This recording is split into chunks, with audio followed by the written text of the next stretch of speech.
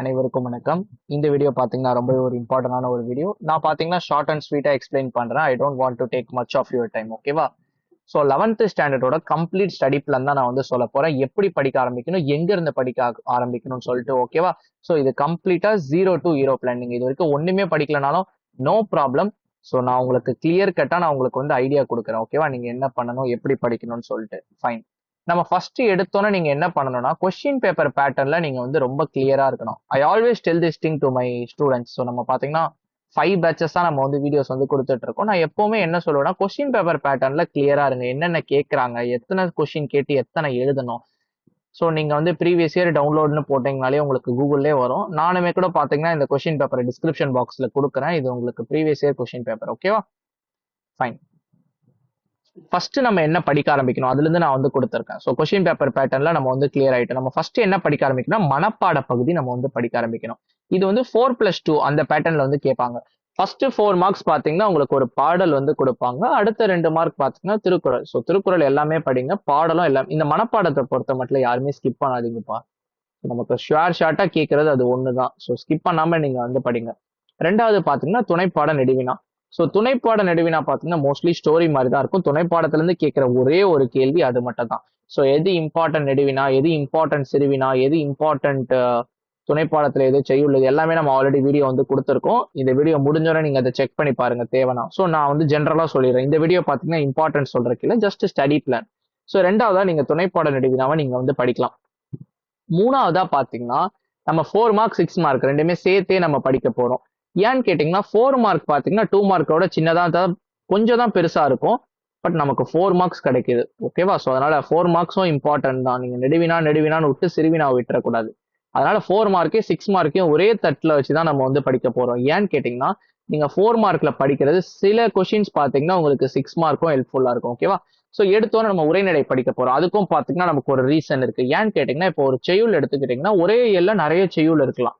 ஆனா ஒரு இயலுக்கு ஒரே ஒரு உரைநடை தான். மொத்தம் 8 பாடம் தான். ஓகேவா? ஸோ என்னென்ன படிக்கணும்ன்றதை நான் ஆல்ரெடி சொல்லிடுறேன். ஸோ நீங்க வந்து ஃபர்ஸ்ட் உரைநடை வந்து படிச்சிருங்க. உரைநடை படிச்சு முடிச்சோன்னா நம்ம செய்யுளுக்கு வரும். ஸோ செய்யுள்ல டோன்ட் ஸ்கிப் திருக்குறள். திருக்குறளை ஸ்கிப் பண்ணாதீங்க. ஸோ திருக்குறள் வரதுக்கான வாய்ப்புகள் 50% கிட்டக்க உங்களுக்கு வந்து இருக்கு. வரலாம், வராமலே இருக்கலாம். ஆனா வரதுக்கான வாய்ப்புகள் அதிக அளவில் இருக்கு. ஓகேவா? இது முடிச்சோன்னா நீங்க என்ன வரீங்கன்னா இந்த 2 மார்க். இந்த 2 மார்க்ல நீங்க நிறைய டைம் எடுக்கக்கூடாது. அதுக்கு தான் நான் பாக்ஸ் மாதிரி போட்டிருக்கேன். ஸோ 2 மார்க்ல 3 விதமா நமக்கு வந்து கேட்கறாங்க. உரைநடை 2 மார்க்ஸ், செய்யுள் 2 மார்க், இலக்கணம் 2 மார்க்ஸ். ஸோ இலக்கணத்திலயும் நமக்கு வந்து 2 மார்க்ஸ் இருக்கும். ஓகேவா? புக் பேக் எக்ஸைஸ் அந்த இலக்கணம் முடிஞ்சோன்னா நமக்கு புக் பேக் கொஸ்டின்ஸ் இருக்கும். ஓகேவா? இது பாத்தீங்கன்னா நமக்கு என்ன செக்ஷன்ல வரும்னா 9 கொஸ்டின் கேட்டு அதுல நம்ம 7 எழுதுற மாதிரி வரும். அதுல ஒரு கொஸ்டின் பாத்தீங்கன்னா இந்த மாதிரி இலக்கணம் கொஸ்டின்ஸ் வந்து கேட்கலாம். அதுக்கு தான் நான் சொன்னேன். அந்த ஒரு கொஸ்டின்காக நீங்க பார்த்து ரொம்ப டைம் எடுக்க கூடாதுன்னு நான் சொன்னேன். அதுக்கு தான் இதை நான் பாக்ஸ் போட்டிருக்கேன். இது நம்ம படிக்கிறதுக்கு முன்னாடி ஆக்சுவலி நம்ம இந்த புக் பேக் எக்ஸசைஸ் நம்ம வந்து வந்துடலாம். நம்ம ஃபர்ஸ்ட் 3 படிக்கிறோம். படிச்சோன்னா புக் பேக் எக்ஸசைஸ் நம்ம வந்து வந்துடணும். ஓகேவா?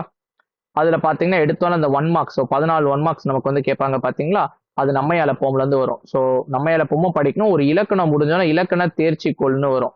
ஸோ நம்மையால போம் பிளஸ் இலக்கணத்தோட புக் பேக் அதுவும் நம்ம வந்து படிச்சிடும். அதை படிச்சாலே இங்க வந்து போதுமானதாக இருக்கும்.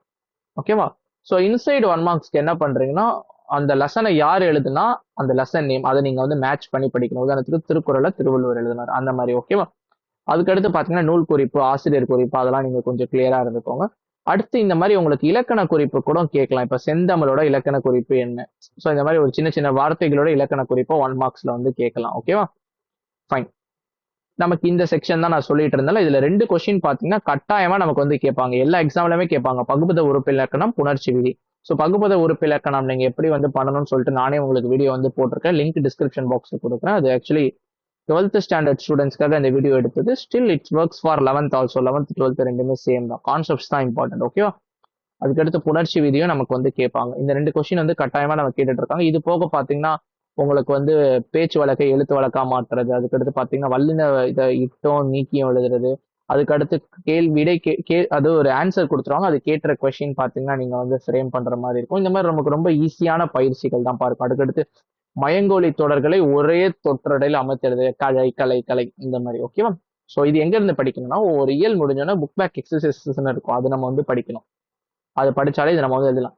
ஸோ நீங்க தயவு செஞ்சு ஒரு ப்ரீவியஸ் இயர்ஸ் கொஸ்டின் பேப்பர்ஸ் எடுத்து பாருங்க. எடுத்து பார்த்தீங்கன்னா தான் உங்களுக்கு எப்படி கேட்கறாங்கன்றது உங்களுக்கு வந்து புரியுங்க. பாருங்க, மரபு பிழைகளை நீக்கி எழுதுங்க. நான் சொன்ன மாதிரி புணர்ச்சி விதி இலக்கணம் பகுபத இலக்கணம் வந்திருக்குதா? இது பார்த்தீங்கன்னா இலக்கணத்திலிருந்து ஒரு 2 மார்க். அதுக்கு தான் நான் வந்து அதை படிக்க சொன்னேன். ஆனா கேட்கறது ஒரே ஒரு கேள்வி தான். நம்ம அதுக்காக we don't want to spend much of your time. அதையுமே நான் சொல்லிடுறேன். இதான் நான் சொன்னது. மயங்கொலி சொற்றொடர்களை ஒரே தொடரில் குறை குறை, அதுக்கடுத்து வல்லினமைகளை இட்டும் நீக்கியும் எழுதுக, அடுத்து கலவை தொடர்களை மாற்றுக, அதுக்கடுத்து சொல்லை பிரித்தும் சேர்த்தும் எழுதுக. ஸோ இங்க ஒரு கொஸ்டின் கேட்டிருக்காங்க, திருத்த குறியீடு வழிகள். ஓகேவா? ஃபைன். ஸோ இந்த செக்ஷன் நமக்கு ரொம்ப இம்பார்ட்டன்ட். என்ன? ஸோ ரொம்ப ஈஸி தான். நம்ம அதுக்குன்னு ரொம்ப எளிமையாவும் அதை நம்ம விட்டுற முடியாது. ஓகேவா? இப்ப பாருங்க, நம்ம கொஸ்டின் பேப்பர்ல ஆல்மோஸ்ட் எல்லாமே நம்ம கவர் பண்ணியாச்சு, ஒரே ஒரு செக்ஷன் தவிர. ஸோ இதுவும் நீங்க படிக்கணும். ஓகேவா? இதை நான் வந்து டைம் எடுத்துச்சுன்னா நீங்க ஃபர்ஸ்ட் இதை போயிடுங்கன்னு தான் சொன்னேன். மற்றபடி நீங்க இந்த ஆர்டர் படியே வரலாம், 1 2 3 4ன்னு.